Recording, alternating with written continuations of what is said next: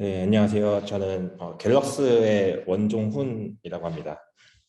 오늘 주제로 AI 플러스 신약 개발이라는 주제로 이제 진행을 하게 될 텐데요. 오늘 크게 1부, 2부로 나눠져 있어서 1부에서는 제가 여러분에게 도메인 날리지라고 얘기할 수 있는 약간 이 신약 개발 쪽에 대한 이야기를 하게 될 거고, 그리고 2부에서는 카카오브레인 이현 팀장님께서 그런 신약 개발과 어떻게 인공지능이 융합되어서 어떤 연구들이 이루어지고 있는지 그런 것들에 대해서 소개를 해주시게 될 것 같습니다. 그래서 저는 일단 제목은 상당히 거창하지만 대체로 인공지능 부분은 여러분들이 또 잘 아시니까 좀 계산생물학 쪽의 이야기를 하게 될 것이고, 그리고 그 중에서도 단백질 구조 예측에 대한 이야기를 하게 되겠습니다. 여러분들이 여러분들이 이제 단백질을 하면 처음으로 떠올리시는 게 어떤 분들은 뭐 그냥 고기나 아니면 단백질 드링크 이런 걸 떠올리실 수도 있을 것 같은데, 단백질이 이제 몸 안에서 어떤 역할을 하는지를 아시면 정말 이게 그냥 고기가 아니구나, 뭐 그런 걸 느끼실 수가 있을 겁니다. 이 단백질이라고 하는 것은 어떤 신호 전달을 하는 데 주 역할이 있어요. 그래서 우리 몸에서 일어나는 여러 가지 뭐 호르몬이라든지 어떤 그런 것들이 신호를 서로 전달하게 되는데, 그럴 때 어떤 상호작용을 이 단백질을 통해서 하게 된다라는 것이고, 그래서 하나의 예시가 이 아데노신과 카페인이라고 가져왔는데, 여러분들이 아침마다 졸음을 깨기 위해서 이제 커피를 드시잖아요. 저는 커피를 안 마시긴 하지만, 근데 이게 아데노신하고 카페인이 상당히 좀 비슷한 구석이 있어요. 모양이 생긴 게. 그래서 이 어떤 아데노신 수용체라고 하는 단백질이 우리 몸에 있는데, 여기에 아데노신이라고 하는 것이 이렇게 결합을 하게 되면은 뭔가 우리 몸에게 어떤 졸음에 대한 어떤 신호를 주게 됩니다. 그런데 만약에 우리가 카페인을 섭취해서, 카페인이 이제 아데노신하고 비슷하기 때문에 카페인이 이곳에 이렇게 붙게 돼요. 그러면 아데노신은 붙지 못하고 카페인이 붙게 되고, 그러면 이제 졸음이라는 신호가 전달되지 않게 돼서 우리가 졸음을 느끼지 못하고 각성을 하게 되는 것이죠.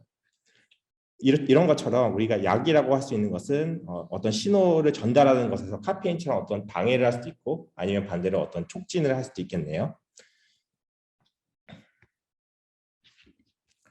그래서 단백질 자체에 대해서 조금 더 이야기를 먼저 하려고 하는데, 이제 단백질이라고 하는 것은 아미노산으로 이루어져 있다라고 하고, 아미노산은 우리가 쉽게 말하는 어떤 레고 블럭이라고 얘기할 수 있어요. 20가지 종류의 어떤 레고 블럭이 있고, 각각의 레고 블럭은 물 같다, 기름 같다, 아니면은 뭐 어떤 전하가 음성이다, 양성이다, 크기가 크다, 작다, 이런 특징들이 있고, 단백질이라고 하는 것은 이런 레고 블럭을 계속 이렇게 순서대로 조립을 해서 만들어진 것입니다. 그래서 어떤 식으로 생겼는지 좀 얘기를 해보자면, 이거는 하나의 유비퀴틴이라고 불리는 단백질인데, 이런 식으로 원자들로 이루어져 있는 거예요. 결국에는 모든 물질은 원자로 이루어져 있으니까 이렇게 탄소, 산소, 질소 이런 식으로 구성되어 있는데, 이것들을 그냥 이렇게 생긴 것이 아니라 어떤 원자 간에 서로 우리가 화학에서는 공유결합이라고 얘기를 하는데, 원자들 간에 이렇게 연결돼 있고 연결돼 있고 연결돼 있는 이런 형태로 단백질이 이제 생겼습니다. 근데 이것을 좀 더 들여다보면 뭔가 이렇게 일자로 이렇게 쭉 늘어져 있는 형태라고 볼 수도 있어요. 일자로 쭉 늘어져 있는 형태에 뭔가 곁가지가 이렇게 끼어져 있는 이런 느낌으로 보실 수가 있어요. 그래서 아까 말씀드렸던 20가지 레고 블럭이 일단 뼈대는 같은데 이 곁가지가 어떻게 생겼느냐에 따라서 20가지 구분이 되는 것입니다. 그래서 이것의 조합에 따라서 단백질이 결정되게 되는 것이고요. 그래서 그리고 또 이렇게 되어 있는 것을 카툰으로 이런 식으로 표현을 하기도 해요. 그래서 단백질 쪽을 조금 보신 분들은 뭐 아시겠지만 알파 헬릭스, 뭐 베타 시트 이런 식으로 표현을 하기도 합니다. 그래서 단백질은 다시 얘기하면 다시 레고 블럭이다. 근데 20가지 종류가 있다고 하니까 그거를 그냥 알파벳이 총 26개가 있잖아요. 그래서 이 알파벳들을 제외한 20가지로 표현을 한다. 그래서 아까 보여드렸던 단백질 같은 경우에는 이런 식으로 76개의 아미노산으로 구성되어 있는 것이에요. 그래서 이런 식으로 순서들을 이렇게 쭉 쓸 수가 있는 거예요. 그리고 이 단백질 구조라고 하는 것은 레고 블럭을 어떻게 쌓았냐, 그 아미노산 서열이라고 얘기하는데, 그 서열에 의해서 단백질 구조가 만들어지게 됩니다. 이 단백질 구조를 이제 이야기하는 이유는 이것이 상호작용을 이해하는 데 도움이 되기 때문이에요. 아까 초반에 어떤 카페인하고 아데노신 수용체의 어떤 상호작용을 이야기한 것처럼 어떤 단백질 구조가 어떤 기능을 이해하기 위해서는 단백질과 다른 물질 간의 어떤 서로 어떤 식으로 상호작용을 하고 있는지를 이해를 할 수가 있어야 되는데 그것은 구조로부터 나온다라는 이야기가 되겠습니다. 그렇다면 우리가 단백질 기능을 이해하기 위해서는 구조를 알아야 되는데 그런 것들을 어떤 식으로 알게 되느냐. 그러면 예를 들면 단백질을 갖다 놓고 사진을 찍으면 알 수가 있을 거예요. 근데 사진을 찍는다는 것은 너무 단백질은 사실 엄청 조그맣거든요. 뭐 나노미터 정도라고 하면은 뭐 느낌이 어느 정도 오실지 모르겠지만 상당히 작은 크기예요. 그래서 그런 것들을 찍기 위해서 뭐 X선 결정학 그리고 NMR, 요즘엔 크라이오 EM 이런 식으로 어떤 방법론들이 진화되고 있고 이런 것들 각각이 다 노벨상을 수상할 만큼 큰 업적들이에요. 그리고 이렇게 만들어진 찍은 단백질 구조들은 이 PDB라고 불리는 데이터베이스에 이제 다 저장이 되어 있습니다. 그래서 현재까지는 약 수십만 개, 수만 개 정도라고 해도 되겠네요. 그 정도의 단백질 구조 데이터가 있습니다.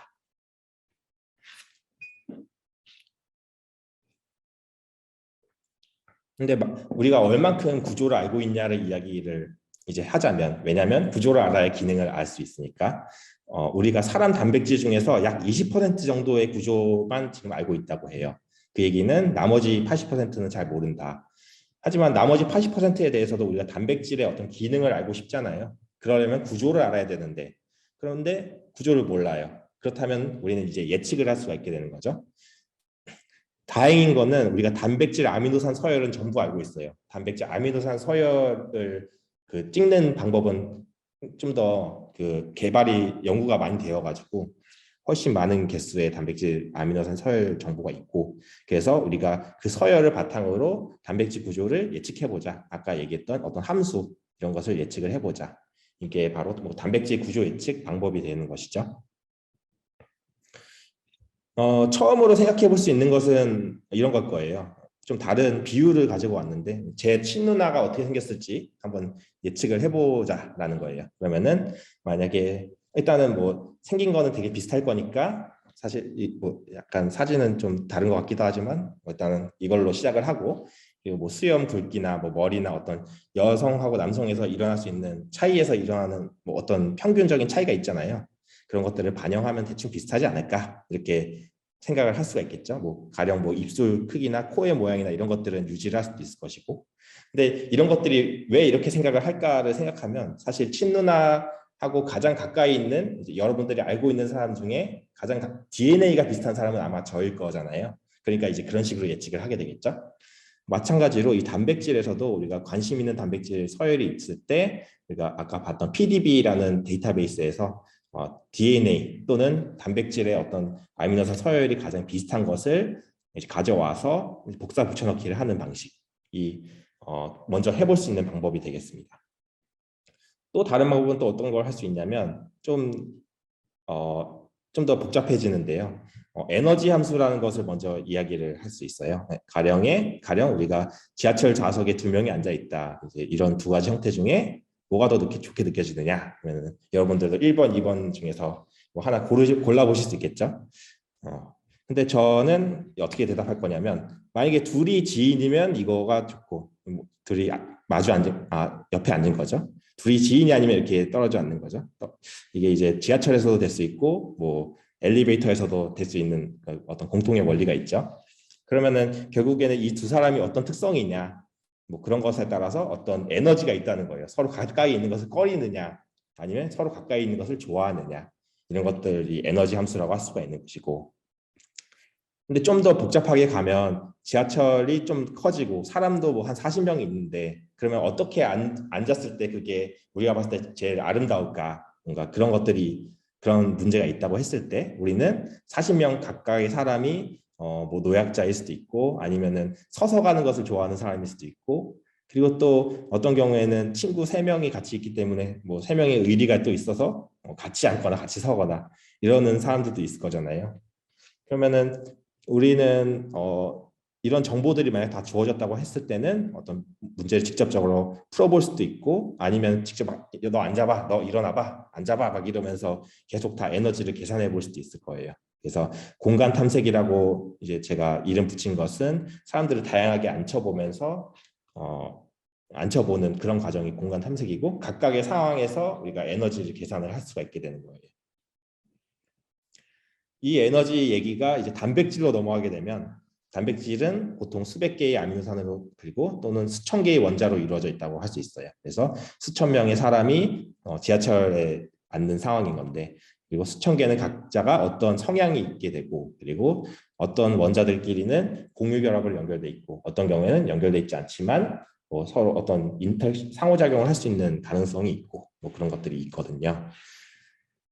근데 이제 문제점은 사실 지하철에서도 어떤 경우가 좋고 어떤 경우가 나쁘다, 에너지 그런 것들을 정의하기 어려울 수도 있는데, 이 단백질 쪽에서도 좋다라는 것을 정의하기가 좀 어려워요. 그래서 그런 것들을 하기 위한 연구도 많이 있고, 조금 이 분야를 아시는 분들은 force field 이런 용어로도 많이 얘기를 하는데, 그런 것들을 정답이라고 할 수 있는 것을 정의하기가 어렵다.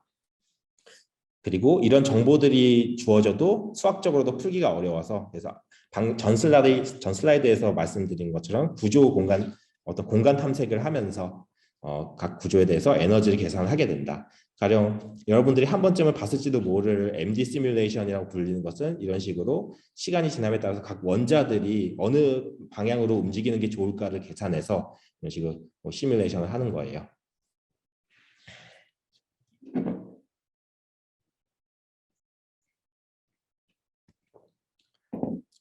그래서 이제 단백질 구조 예측 역사를 크게 3단계로 나누면 이런 식으로 될 텐데, 첫 번째 방법은 호멀러지 모델링은 아까 보여드렸던 제 친누나가 어떻게 생겼는지 예측하는 것처럼 어떤 이미 구조 데이터베이스에서 비슷한 녀석을 가져와서 그것을 기본으로 하는 그런 방법이 되겠고, 이제 가운데 있는 것이 방금 설명드린 어떤 구조 공간 탐색과 에너지 함수 이런 것인데, 어떤 거냐면 다양하게 구조를 많이 만들어 본 다음에 뭐가 더 그럴듯한지를 찾아내는 거예요. 그리고 2010년대에 와서는 컨택 프레딕션이라고 불리는 이런 것들이 유행했는데, 이거는 어떤 거냐면 우리가 관심 있는 단백질에 아미노산 서열이 있을 때 그거하고 비슷한 다른 단백질들의 서열을 많이 모아요. 우리가 구조 데이터는 10만 개 수준으로 있지만 서열 데이터베이스는 억 또는 수십억 단위로 꽤 많이 있거든요. 그래서 그런 것들을 많이 모아요. 그런 다음에 이제 각 위치별로 이렇게 보는 건데, 가령 어떤 두 개의 위치가 뭔가 K일 때는 E고 레고 블럭이, 그리고 L일 때는 A로 되는 어떤 뭔가 미묘한 두 개 사이에 썸띵이 있는 것 같다. 뭔가 이런 것들을 뭔가 코릴레이션이 있다고 우리가 얘기를 할 수가 있잖아요. 이렇게 코릴레이션이 있다면 그러면 이 두 개의 위치 사이가 뭔가 각별한 관계일 거다. 각별한 관계라는 건 결국 뭐냐면 3차원 구조를 이룰 때 근처에 있을 것이다. 이런 아이디어를 바탕으로 발전한 게 이 컨택 프레딕션이에요. 그래서 어떤 레고 블럭과 어떤 레고 블럭이 가까이 있는지를 예측해서 그걸 바탕으로 구조 예측을 하는 방법입니다. 이런 단백질 구조 예측의 변천사는 이 캐스프라고 불리는 대회와 함께 됐는데, 우리가 어떤 구조 예측 프로그램들이 많이 막 나오게 되는데, 이것들의 어떤 방법이 우수하고 어떤 방법이 우수하지 않은지를 좀 구분할 수 있어야 되잖아요. 이제 그런 것들을 하는 대회인데, 가령 먼저 왼쪽에 있는 걸 설명을 드리면, 우리가 한 15%, 20% 정도의 구조를 알고 있고, 만약에 우리가 그 홈어너지 모델링, 친누나 얼굴 복사 붙여넣기, 그걸 했을 때 한 50, 사람의 단백질 중에 한 50% 정도는 어느 정도 알 수 있다라고 볼 수가 있는 건데, 그럼 나머지에 대해서도 구조 예측을 할 수 있어야 되는 거잖아요. 그래서 그런 것들을 잘 하는지 못하는지 확인하기 위한 대회입니다. 그래서 우리가 구조 예측 방법을 만든 수험생들이 구조 예측을 하게 되는데, 그 구조들은 우리가 모르는 거, 어떤 다른 사람한테 구조를 제공받아서 구조 예측을 하게 되는 그런 방향입니다. 그래서 이 대회가 또 여러 가지 분야들이 있고, 이 대회를 말씀드리는 이유는 여러분들 중에 또 알파폴드에 대해서 들어보신 분들도 있을 거예요. 그래서 2018년에 이 캐스프 대회에 알파폴드가 등장하면서 이 뭔가 무슨 혁신이 일어나는 것 같다라는 느낌을 많은 사람들이 받게 됐는데, 이 방법 자체를 놓고 봤을 때는 컨택 프리딕션, 그 아까 세 번째 단계에 있었던 거죠. 컨택 프리딕션을 바탕으로 어떤 거리를 예측하는, 그러면 컨택 프리딕션 아까 얘기했던 거랑 비슷한 거죠. 그리고 그걸 바탕으로 구조 공간 탐색을 하면서 에너지 함수를 최적화시키는 어떤 그런 방법이었어요. 그래서 이 알파폴드가 2018년에 나왔을 때 사람들이 처음에는 좀 놀라기도 했지만 나중에는 이거 뭐 완전 새로운 건 아니고 그냥 기존에 있었던 거 좀 많이 조합을 잘 했네, 그러니까 이렇게 생각하는 사람들도 많이 있었죠. 그런데 2년 후에 또 알파폴드가 재등장을 하는데, 이거는 알파폴드에서 공개한 어떤 수치화된 거 봤을 때 엄청나게 좋아졌다라고 얘기를 하는 것이고, 그리고 그 프로토콜을 이제 꺼내서 봤을 때에도 여전히 어떤 컨택 프리딕션 기반의 요소가 있고, 그렇지만 뭔가 좀 다른 부분들도 있더라. 그동안 사람들이 많이 시도하지 않았던, 그러면 혁신이라고 부를 수도 있겠죠. 그런 부분들이 합쳐져서 뭔가 남들이 하지 못하던 것들을 하게 되었다라는 것을 보여줬습니다. 그리고 뭐 곁다리 이야기지만 이제 캐스프 15이 다음 달, 이제 다음 주죠. 다음 주부터 시작되는데 과연 또 어떤 변화가 일어날까, 이런 거가 제 개인적인 관심사이기도 합니다.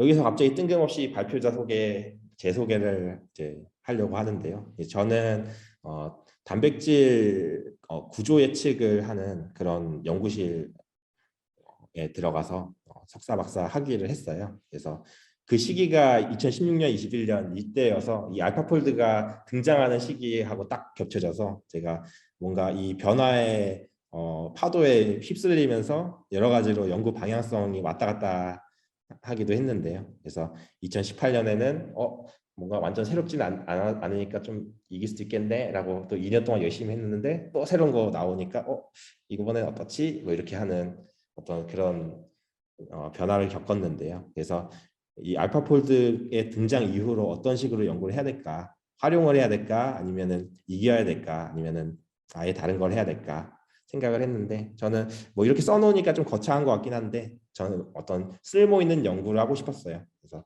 연구를 했을 때 뭔가 어떤 이 연구를 해서 결국에 뭔데? 라고 일반인이 물어봤을 때 설명할 수 있는 어떤 변화가 있을 거야 라고 그러기를 이제 원했죠. 그래서 이 알파폴드에 대해서 저는 꽤 열심히 보고 이 장점과 단점이 뭘까 이런 것들을 많이 봤고, 그래서 알파폴드가 어떻게 성공할 수 있었냐라는 것을 좀 얘기를 하자면, 결국에는 기존에 사람들이 해왔던 특히 컨택 프리딕션 부분을 사람들이 많이 해왔던 것들을 잘 이해하고 구조에 대해서 잘 이해하는 것, 그것이 중요하고, 그리고 그 알파폴드 프로젝트를 이끄는 사람도 도메인 날리지를 바탕으로 머신러닝을 하던 사람이었거든요. 그래서 그런 생각이 들었고, 이제 물론 우리가 주어진 문제에 최적화된 머신러닝 모형 설계, 가령 뭐 어떤 그 알파폴드 논문을 보면 좀 아실 수 있거든요. 뭔가 삼각형 뭐 어떤 그런 것들을 도입한다든지 그런 것들이 있다. 그리고 또 알파폴드가 등장했다고 해서 그러면 이제 모든 것이 해결됐느냐?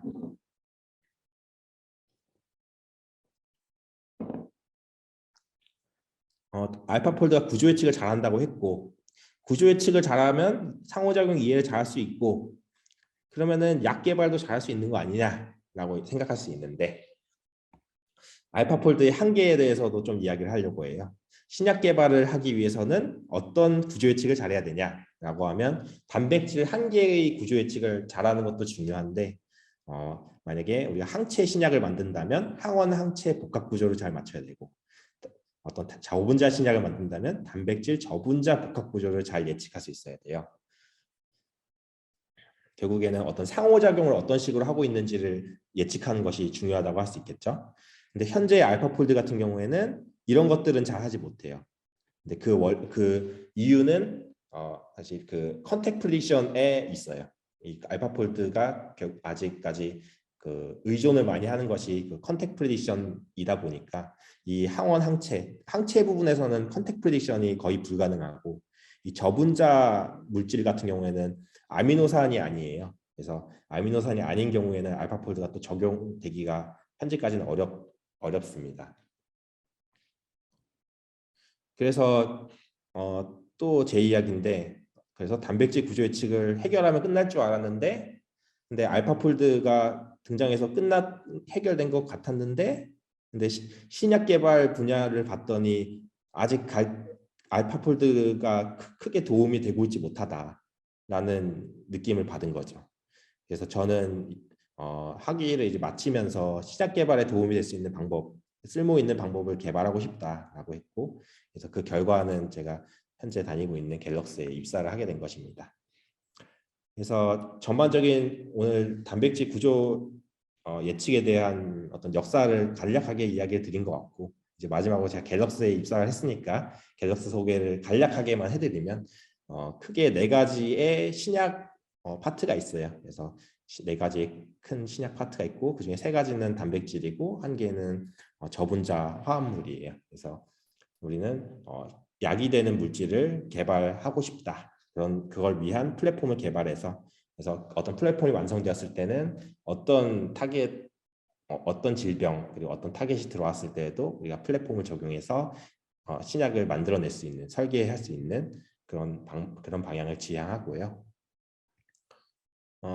그리고 갤럭스가 가지고 있는 큰 장점 중에 하나가 디지털 랩, 웹 랩으로 같이 구성되어 있다는 것인데, 저희가 디지털 랩이라고 하는 것은 사실 뭐 드라이 랩이라고 얘기해도 되고, 계산 생물학하고 인공지능을 같이 융합해서 신약 설계를 하는 그런 부분이고, 그리고 웹랩은 이제 실험을 실제로 하는 곳이에요. 그래서 우리가 어떤 어떤 물질을 디자인했을 때 그것을 바로 실험을 할 수 있고, 그리고 그 실험 결과를 피드백 받을 수도 있고, 그리고 실험 테크닉에 최적화된 방법을 개발할 수도 있고, 그리고 실험해서 나온 어떤 데이터들이 또 가령 인공지능의 인풋 데이터로 들어갈 수도 있게 됩니다. 그리고 저희가 오늘 세미나를 갤럭스하고 카카오브레인에서 같이 하게 됐잖아요. 그거 관련해서도 왜 이런 일이 일어났느냐라면, 갤럭스와 카카오브레인이 공동 연구를 같이 해서 이런 플랫폼을 만드는 이 시간을 축소를 해서 어떤 그 경쟁력을 갖자라는 목표가 있거든요. 그래서 오늘 발표도 그것의 일환으로 같이 진행을 하게 되었습니다. 그래서 오늘 테이크홈 메시지를 좀 정리를 해봤는데, 단백질에 대해서 고기라고 생각하셨던 분들은 오늘 단백질이 몸 안에서 어떤 역할을 하는구나, 호르몬 뭐 이런 거가 단백질 뭐 그런 거구나, 이렇게 생각을 하셔도 될 것 같고요. 그리고 단백질의 구조를 아는 것이 뭐 중요하다. 그래서 오늘 이야기가 대부분 단백질 구조 예측 이런 쪽 이야기였죠. 그리고 결국엔 어떤 상호작용 예측을 잘하는 것이 중요하다. 그리고 아마 오늘 계신 분들은 또 인공지능 쪽에 많은 베이스가 있으시기 때문에 알파폴드 이야기에서 어떤 교훈을 얻고 어떻게 나아가야 될지 좀 생각하면 좋을 것도 같은데, 알파폴드가 뭐 아무것도 모르던 사람들이 만들어낸 것이 아니라 기존에 있는 방법들을 잘 이해하고 단백질에 대해서 잘 이해했을 때 나올 수 있었다라는 것이, 이거는 또 제 생각이기도 하고요. 그렇고 이거는 이제 개인들에게 다 개인들이 다 생각할 수 있는 오픈 퀘스천인데, 우리가 결국 무엇을 배워야 할까, 그런 것이고, 그리고 마지막으로 신약 개발은 아직 여전히 도전적 과제이다. 그래서 할 것이 상당히 많고, 하지만 어떤 사명감은 우리가 못하면 다른 사람은 못할 거다라는 사명감을 가지고 열심히 하고 있습니다. 마치기 전에 감사의 말을 짧게 하면, 저는 이제 계산생물학 연구실에서 석재욱 교수님 지도하에 석박 과정을 거쳤고, 그러면서 상당히 이 단백질 분야에 대한 오늘 나눈 것처럼 상당히 격변의 시대를 겪으면서 여러 가지 일들을 겪었고, 그러는 와중에 포스코 청암재단에서 재정적으로도 많은 도움을 받아서 연구에 매진을 할 수가 있었습니다. 그리고 또 큰 부분이 알파폴드 딥마인드의 등장 덕분에 여러 가지 많은 생각들을 하게 되고 앞으로 나아가는 방향을 설정할 수 있었다. 그런 거에도 이제 감사를 드리고, 그리고 현재 회사 갤럭스의 대표님 포함 회사 동료님들 또 감사드리고요. 그리고 오늘 이렇게 세미나를 진행할 수 있게 많이 도와주신 모두의 연구소 그리고 카카오브레인에게도 감사드립니다. 그러면은 제 발표는 이렇게 마치는 걸로 하고요. 제가 오늘 발표에서 첫 번째 질문은 이 단백질 구조가 정상적인 상황에서 비정상의 상황이 될 수가 있다. 뭐 이런 얘기인데 사실 단백질이 일반적으로 우리 몸 안에 있을 때는 그냥 그 피에 떠다닌다고 뭐 생각을 할 수가 있어요. 그럼 피는 대부분 물이니까 물 위에서 물에 있다고 볼 수가 있는 건데 그게 어떤 환경에 있냐에 따라서 어떤 구조가 변화하기도 하고 주변에 다른 단백질이 오면 구조가 또 변하기도 해요. 그리고 또 우리 몸에는 어떤 것도 있냐면 구조가 비정상적으로 됐을 때 그거를 막 쥐락펴락 해가지고 정상으로 다시 만드는 단백질도 있어요. 그래서 사실 좀 제 발표에서 약간은 안 맞는 부분도 있을 수가 있는 거죠. 서열이 정해지면 구조가 정해진다라고 했지만 사실은 서열만 어떤 주변의 환경이나 주변에 어떤 단백질들이 있는지 이런 것들 그리고 또 pH 이런 것들에 따라서 달라질 수도 있습니다. 그런 것들을 계산으로 확인할 수 있느냐의 질문인데 지금 어, 좀 쉽지 않은 부분인 것 같아요. 그래서 이거는 단백질이 어떤 형태고 다른 형태로 있을 때 그거 두 개 사이에 어떤 것이 더 좋냐 이런 거를 구분하는 문제일 텐데 결국 에너지 함수가 제대로 된 게 있느냐라는 질문하고 연결되는 거거든요. 저는 계산적으로 확인할 수 있나요? 어떤 구조가 매우 비정상적이라면 그거는 확인할 수 있을 것 같은데 근데 이 단백질 구조 예측에서 어떤 로컬 미니멈들이 많이 있거든요. 근데 그런 것 어떤 미니멈에 있을 때에는 확인하기는 쉽지 않을 것 같습니다. 두 번째는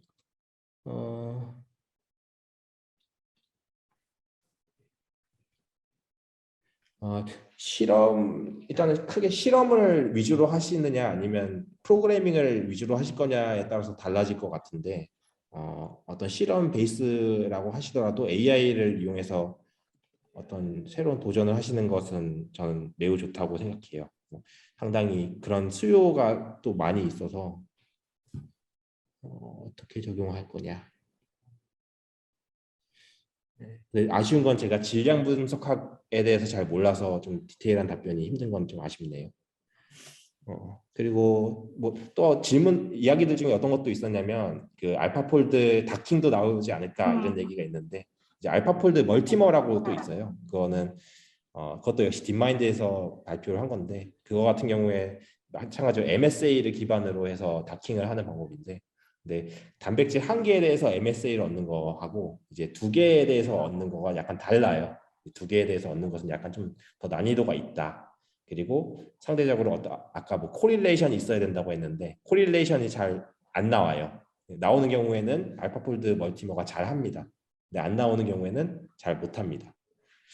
그리고 한 개만 더 얘기하면 아까 이제 유한님이 답장하신 것 중에 답변하신 것 중에 이제 약사가 인공지능 회사에 올 수 있냐 어떤 이것도 있었는데 저는 약간 좀 다른 견해가 있어서 그것도 얘기를 하면 좋을 것 같아요. 뭐냐면 인공지능 회사에 와서 인공지능을 하실 거라면 인공지능은 당연히 아셔야겠는데 저희 회사만 하더라도 어떤 또 다른 분의 질문하고 연결되는 유한님이 그 비즈니스라서 알려드릴 수 없다고 했던 어떤 그 타겟의 어떤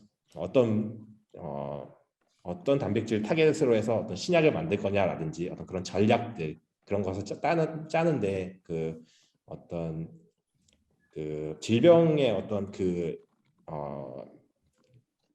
메커니즘 오브 액션이라고 하나 모드 오브 액션이라고도 하고 MOA라고 뭐 하는데 뭐 약자인지 잘 기억이 안 나는데 어떤 그런 것들을 이해하고 그리고 현재 어떤 약들이 경쟁이 되고 있고 임상 단계가 어떻고 이런 것들을 아는 거가 이제 중요하거든요. 그거의 디테일이 이제 비즈니스 비밀이라고 할 수가 있는 건데 그런 역할을 하신다면 그런 것들은 이제 신약 개발 회사에서는 다 필요로 하는 그런 직종일 거라고 생각합니다. 그래서 오늘 주제는 AI 드리븐 드러그 디스커버리 동향이고요. 저는 현재 카카브렌에서 AI 신약 개발팀의 AI 리서처로 저희 회사가 영어 이름으로 하고 있습니다. 리안이의 이름으로 회사 있고 이름이 유한이라고 합니다. 진행할게요. 오늘 발표가 조금 고민을 많이 했어요. 근데 약간 왠지 그 우리 원종호 이사님께서는 아주 친절하고 쉽게 해주실 것 같아서 저는 조금 불친절하게 약간 어렵게 준비했으니까 네 먹고 좀 기분이 안 좋아지면 봄나물 먹으면서 기분 좋게 푸시면 될 것 같습니다. 자 그러면 인공지능 동향에 대해서 뭐 데이터와 뭐 툴 트렌드 이런 걸로 보면서 한번 풀어가도록 하겠습니다. 먼저 신약 개발에서 프로블럼 솔빙 툴이 어떤 것이 있었는지 볼 텐데 실험하고 인실리코 두 개가 있습니다. 그래서 진짜 실험하는 것과 그 다음에 아까 원종 이사님께 얘기해 주셨던 컴퓨테이셔널 방법으로 예를 들어서 물리적인 뭐 F는 MA 그런 걸 통하여서 그다음에 뭐 진짜 에너지를 묘사하거나 아니면 기존에 있는 바이오 데이터를 기반으로 한 바이오 인포메틱스 그런 데이터셋을 기반으로 해서 신약 개발 쭉쭉 해왔었어요. 근데 알파폴드 2가 나온 거죠. 사실 알파폴드 2 이전에도 인공지능을 이용한 뭔가 문제 해결은 당연히 있었거든요. 근데 어떤 도구란 게 사실 그런 거잖아요. 얼마나 강력하냐, 얼마나 믿을 만하냐, 얼마나 신뢰할 만하냐 이런 게 중요할 텐데 네? 뭐 잘 들리고 있죠?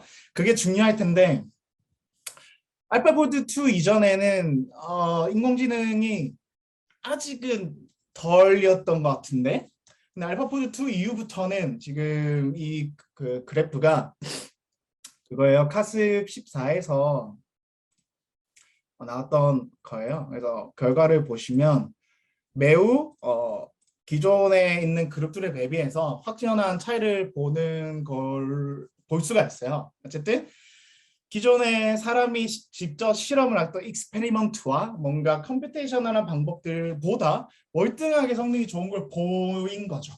어마어마한 사건입니다. 그래서 이다음부터 뭔가 일단 인공지능이 정말 뭔가는 할 수 있겠다는 확신이 이제 들기 시작한 겁니다. 그래서 정말 이제는 얘기할 수 있는 게 신약 개발을 위한 프로블럼 솔빙 툴은 실험하고 있는 실리코에 AI가 반드시 이제 들어간다. 실제로도 활발히 쓰이고 있다라는 걸 얘기해 드린 거고 오늘 저의 테이크홈 메시지가 딱 이거예요. 그냥 이제 인공지능은 막 그냥 뭐 개, 고양이 구별하고 그거에서 머무르지 않고요. 이제 신약 개발이라는 정말 복잡하고 정말 중요한 어플리케이션에도 핵심적인 기술로 쓰인다라는 사실을 알려드리면서 시작하도록 하겠습니다. 자, 이제 데이터셋 트렌드를 좀 보게 될 텐데 원장 이사님께서 쭉 얘기해 주셨지만 단백질 시퀀스에 A, B, C, D, E, F, G 시퀀스가 어떻게 되어 있는지 시퀀싱 된 거는 정말 많이 있어요. 근데 실제로 정말 어떻게 생겼는지 구조까지 규명된 거는 많이 없어요.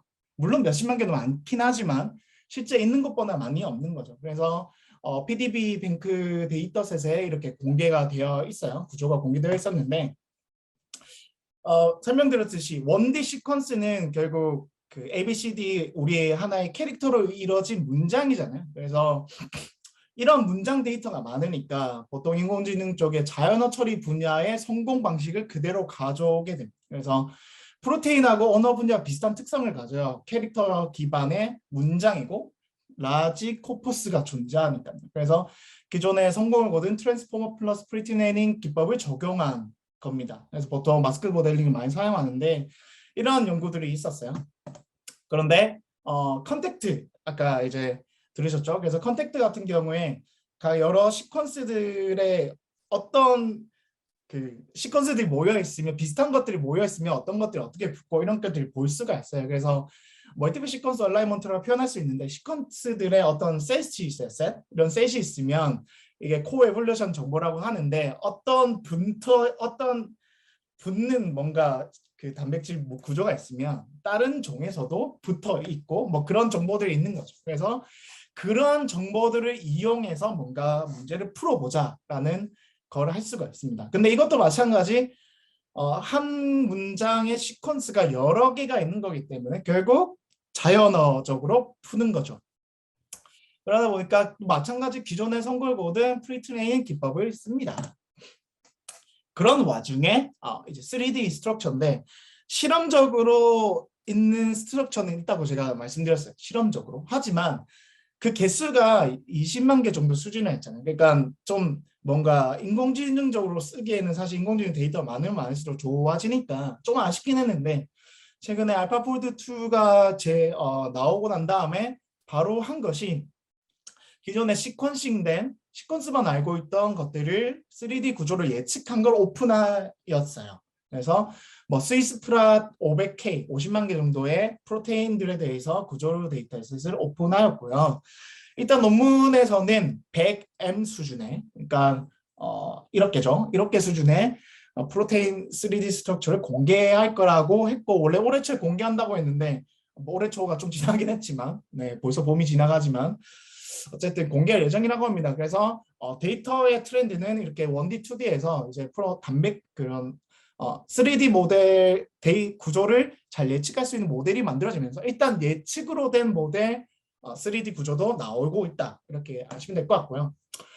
이것도 마찬가지 그러면서 자연스럽게 연구도 1D, 2D에서 머물렀다가 그러니까 1D, 2D 자연어 그러니까 캐릭터 기반한 연구에서 머물렀다가 이제는 3D니까 그래프로 표현하면서 풀 수가 있거든요. 네, 질문은 나중에 받긴 했지만 갑자기 보여서 인간이 가진 분자 공고가 아니라 인간이 가지는 프로테인들이 있어요. 그래서 그거 휴먼 프로테온 공개한 것도 있고 그거 외에 여러 종에서 얻어진 시퀀스들의 구조를 공개한 거예요. 네, 그렇습니다. 어쨌든 그래서 3D 데이터가 있으니까 그거를 그래프로 표현해서 그래프 뉴런넷 이용해서 프리트레이닝하는 기법까지 이제 되는 거고요. 그리고 실제로 그냥 단순히 2D에서 3D만 데이터만 바꿨을 뿐인데 실제로 성능이 올라간 걸 확인을 할 수가 있어요. 이는 결국 3D 데이터를 기반으로 한 연구들이 활발하게 진행될 것이다라는 걸 얘기해 준 거고요. 그다음에 아키텍처, 뉴런의 아키텍처인데 어찌 보면은 사실 시퀀스니까 뭐 LSTM, RNN 것들 있잖아요. 근데 지금은 사실 뭐 트랜스포머로 대동단결이죠. 뭐 트랜스포머 거의 뭐 세계를 정복했으니까. 그래서 거의 트랜스포머 기반으로 해서 이거는 은어적 특성, 왜냐하면 단백질은 시퀀스이기 때문에.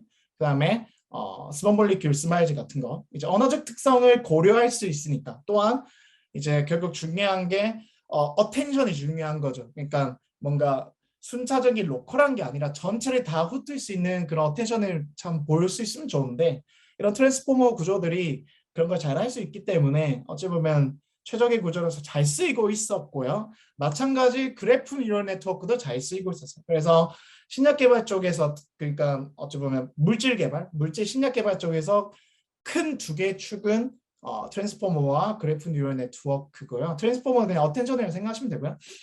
그 두 개가 핵심적으로 잘 쓰이고 있었어요. 근데 최근 들어서 좀 더 이제 복잡해져 가면서 어떤 게 됐냐면 이제 이런 피직스 모델링 할 때 중요한 게 우리가 움직였을 때, 회전했을 때 또는 뭐 자리를 옮겼을 때 그 원래 분자나 프로테인이나 가지고 있는 특성은 변하지가 않거든요. 그래서 이런 걸 펄뮤테이션이라고 표현해요. 회전을 하든 움직이는 것을 펄뮤테이션 하는데 그런 펄뮤테이션 인베리언스를 잘 묘사할 수 있는 그런 아키텍처를 고안하고 있고요. 그래서 그래프 쪽에서는 잼넷 같은 구조들이 이런 펄뮤테이션에 동일한 인베딩 가질 수 있도록 하고 뭐 트랜스포머도 이런 SE3 관련된 구조 나오고 있다. 그래서 트랜스포머 단순히 뭐 이제 뭐 RNN 쓴다 이런 게 아니라 실은 쓴다고 하는 게 아니라 이제 도메인에 좀 더 스페시픽하게 도메인이 가지고 있는 인덕티브 바이어스를 정말 잘 표현할 수 있는 방식으로 많이 업그레이드 되었다라고 표현할 수가 있고요. 그다음에 마켓 트렌드를 보면 이제는 이렇게 돼요. 그러니까 빅파마라고 하면 우리 이제 잘 많이 아실 거예요. 최근에 코로나 팬데믹으로 인해서 뭐 화이자, 아스트라제네카, 뭐 머크 이런 수많은 제약회사들에 대한 이름을 이제 우리가 진짜 몸소 알죠. 아스트라제네카 뭐 다 알 거예요.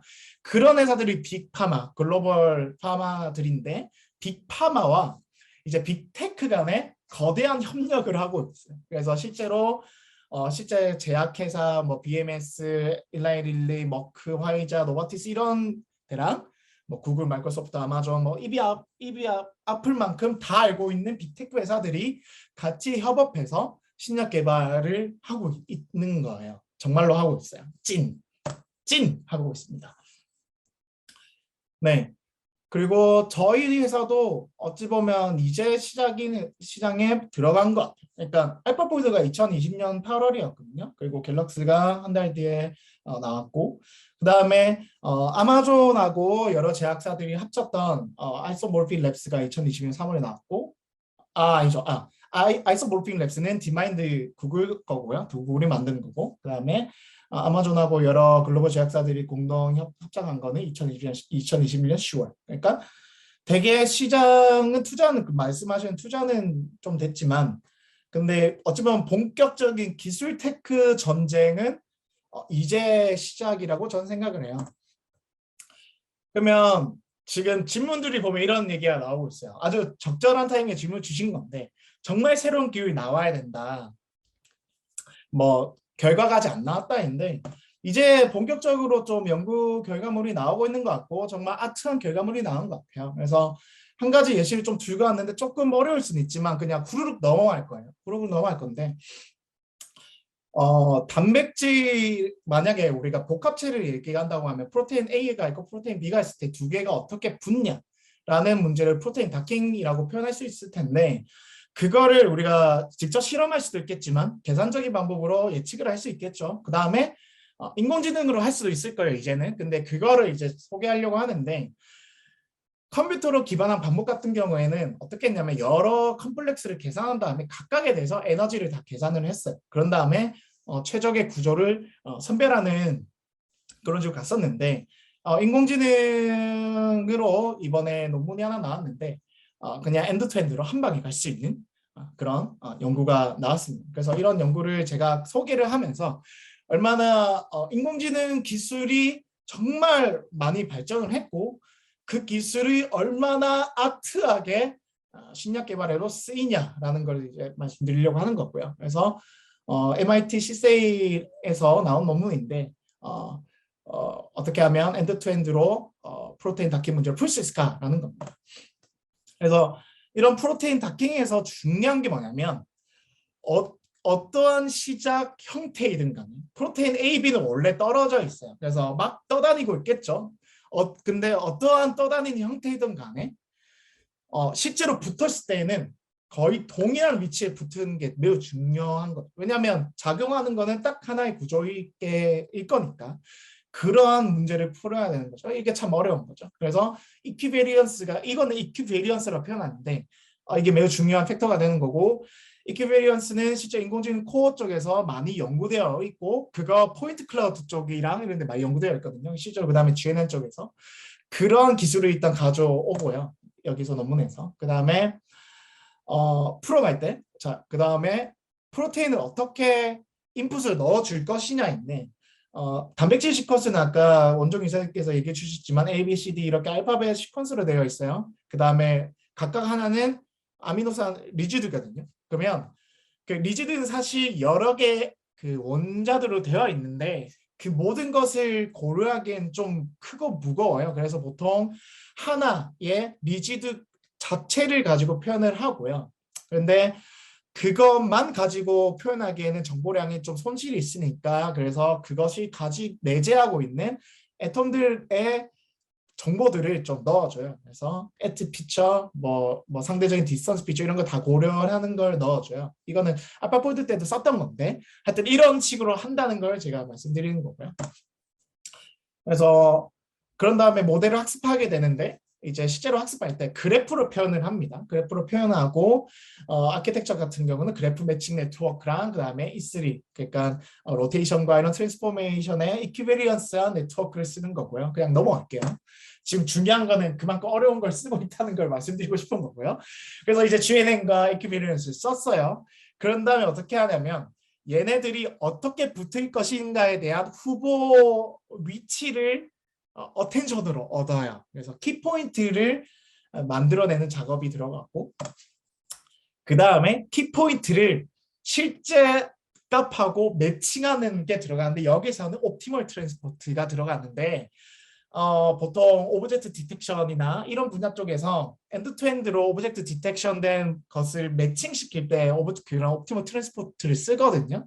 아니면 이미지나 텍스트 프리트레이닝 할 때도 이런 기법들이 쓰여요. 그래서 그런 기법에서 잘 쓰이던 엔드-투-엔드 옵티멀 트랜스포트 방식이 여기에 들어왔고 그래서 매칭이 되는 걸 알게 되면 그것을 기반으로 우리가 어떻게 매칭될지 아니까 실제로 회전을 시켜버려요. 회전을 하는 것도 이제 캡스 모델이라는 알고리즘이 있는데 이거를 엔드-투-엔드로 로스 기반으로 최적화를 시킵니다. 뭐 많죠. 매우 복잡하죠. 네, 그래서 로스로 하는 건데 그래서 어쨌든 결과물은 실제 기존의 뭔가 피직스 기반, 컴퓨테이셔널 메소드 기반의 기법보다 일단 50배에서 800배가 빨라요. 엄청 빠른 거예요. 엄청 빠른 거예요. 왜냐하면 이런 거죠. 프로테인 한 A랑 B가 어떻게 붙어 있는지 컴플렉스를 예측하기 위해서 1시간이 걸렸는데 이거를 쓰면 예를 들어서 60배 빠른 거면 1분 만에 되는 거고 600배 빠른 거면 뭐지? 1초인가? 600배 뭐 하여튼 대충 1초로 합시다. 갑자기 계산이 안 되네요. 10 나누기 6이니까 60 어쨌든 그렇다고 칩시다. 그러면은 진짜 만약 한 시간 걸렸던 거를 1초 만에 하는 거잖아요. 엄청난 속도고 근데 정확도도 더 좋거나 또는 덜 정확할 수도 있겠지만 어느 정도 쓸만한 거죠.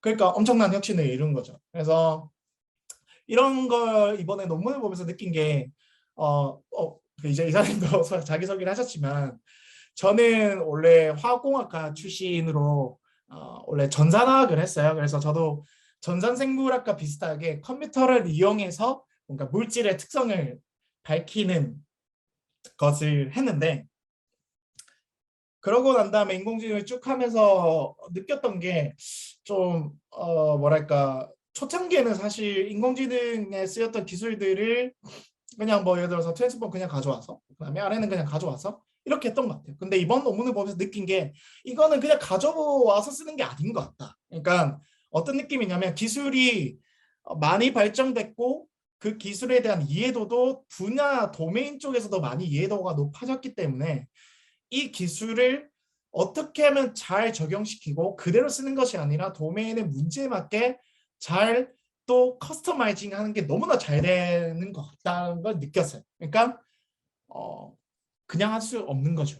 매우 어려운 거죠. 아무튼 그런 게 된 것 같습니다. 그래서 어쨌든 웬만한 인공지능 최신 기술은 다 사용한다라는 것을 말씀드리고 싶고요. 사실 그래서 어찌 보면 빅테크하고 빅파마하고 협력하는 거나 저희야말로 갤럭시 협약 그 공동 연구하는 거나 그리고 방금 소개드린 그 이키당 논문 같은 경우에 MIT의 시세 전산과에 있는 교수님 한 분이랑 그다음에 컴퓨테이션 바이올로지 교수 한 두 분이서 같이 하는 연구거든요. 그러니까 도메인과 AI의 합체가 이루어지면서 정말 아트한 연구가 이루어지는 거죠. 하여튼 그렇다라는 걸 말씀드리는 거고 이제 저희 팀에 대해서 소개해주고 싶은데 저희 팀에 이런 아트한 연구를 하고 싶습니다. 그리고 실제로 하고 있고요. 그래서 일단 첫 번째로 단백질 구조 모델링 연구를 하는데 아까 들었어요. 알파포이드 2가 끝이 아니라는 거. 이제 여러분들 아실 거예요. 알파포이드 2는 끝이 아니에요. 뭔가 3차 구조 예측이 다 되면 뭔가 끝이 나는 게 아니라 이제 시작이라고 생각하고요. 그리고 알파포이드 모델 자체도 이제 시작인 것 같아요. 이제 시작. 왜냐하면 못하는 게 있잖아요. 그러니까 진짜 항원항체나 우리가 진짜 신약 개발할 때 못하는 것들이 많이 있기 때문에. 그러면 근데 그래도 중요한 건 뭐냐면 저는 이렇게 생각해요. 구조를 아는 것이 물질 개발하는데 매우 중요한 첫걸음이라고 생각을 하거든요. 근데 이거는 제가 전산화학하면서 물질 개발할 때도 많이 가졌던 생각인데 왜냐하면 물질 개발 시뮬레이션 할 때도 결국 물질의 구조를 알기 때문에 시뮬레이션을 할 수가 있는 거거든요. 아는 게 중요해요. 그래서 그리고 정확한 구조를 알면 정확한 다운스트림 태스크가 가능해져요. 그러니까 시작 XYZ 좌표가 좋아야 진짜 우리가 좋은 게 나오거든요. 그래서 개선을 위해서 할 게 정말 산더미입니다. 여러분 좀 네, 하여튼 그렇습니다. 네, 정말 산더미예요. 할 게 정말 많아요. 하여튼 그렇다. 그리고 그거 외에 이건 시작이라고 표현했을 뿐 그러니까 신약 개발을 위해서 정말 많은 기술들 아까 보여드린 다킹이나 그리고 실제 프로테인을 어떻게 뭐 구조를 아는 것도 있겠죠. 그다음 복합체 아는 것도 있겠고 그다음에 어떻게 레퍼리젠테이션 러닝을 얻을 것이냐 그리고 프로테인 시퀀스를 어떻게 제너레이션 할 것이냐 그리고 실제로 프로테인 어떤 프로퍼티 가질 것이냐 뭐 프로테인 단일뿐만 아니라 예를 들어 프로테인 있을 때 어떤 인터랙션이 있을 것이냐 이런 거 예측하는 거 정말 무궁무진해요. 그래서 이런 선행 연구들도 우리가 많이 하고 있습니다. 그래서 혹시 이런 거에 정말 관심 있고 정말 인공지능과 도메인 분야에 정말 맛있는 화려한 봄나물 비빔밥 같은 연구를 하고 싶은 분들은 정말 저희한테 꼭 지원하시고 저한테 문의 주시면 되고요. 네, 하여튼 결론은 뭐냐? 네, 장아찌가 맛있다. 이면서 추가적으로 원래 이맘때쯤에 다들 지루하시기 때문에 제가 이거 드리는 보통 시입니다. 네, 그렇고요. 그래서 서머리인데 인공지능은 정말 드러그 디스커버리의 핵심 프로블럼 솔빙 툴 맞습니다. 맞아요. 인공지능 뭐 하겠어? 인공지능 뭐 개고양이 구별할 줄 알지 뭐 하겠어? 이제 그는 과거예요, 여러분. 예, 과거가 정말 화려하고 정말 핵심적인 기술입니다.